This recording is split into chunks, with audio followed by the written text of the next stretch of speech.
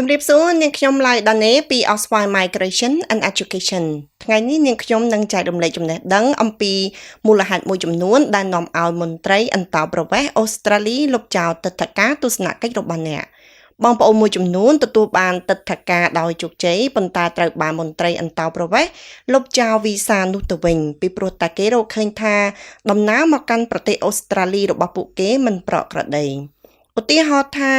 អ្នកទទួលបានទិដ្ឋាការទស្សនកិច្ចរយៈពេល3ខែនឹងអាចចេញចូលបានច្រើនដងប៉ុន្តែក្នុងឯកសារដែលអ្នកដាក់ពាក្យសុំទិដ្ឋាការបានសរសេរថាអ្នកនឹងមិនចេញចូលប្រទេសអូស្ត្រាលីច្រើនដងនោះទេដូច្នេះនៅពេលអ្នកធ្វើដំណើរលើសពីម្ដងមន្ត្រីអន្តោប្រវេសន៍នឹងសួរនាំអំពីមូលហេតុនេះប្រសិនបើអ្នកមិនអាចប្រាប់អំពីមូលហេតុសមរម្យនោះទេគេអាចចាត់ទុកថាអ្នកកំពុងធ្វើសកម្មភាពខុសពីព័ត៌មានដែលបានរៀបរាប់ដូច្នេះមន្ត្រីអន្តោប្រវេសន៍អាចលុបវីសារបស់អ្នកភ្លាមៗតែម្ដងមូលហេតុមួយទៀតគឺតកតងទៅនឹងកម្មវិធីដើរកម្សាន្តរបស់អ្នក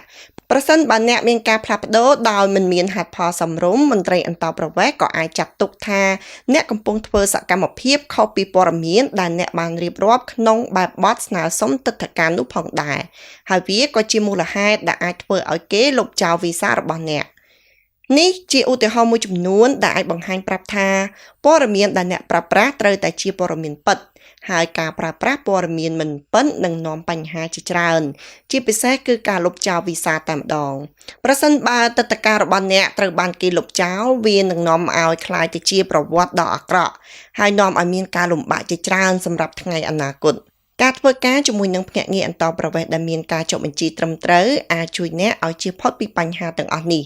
សូមតាក់ទងមក Oswald Migration and Education តាមព័ត៌មាននៅលើអេក្រង់នេះ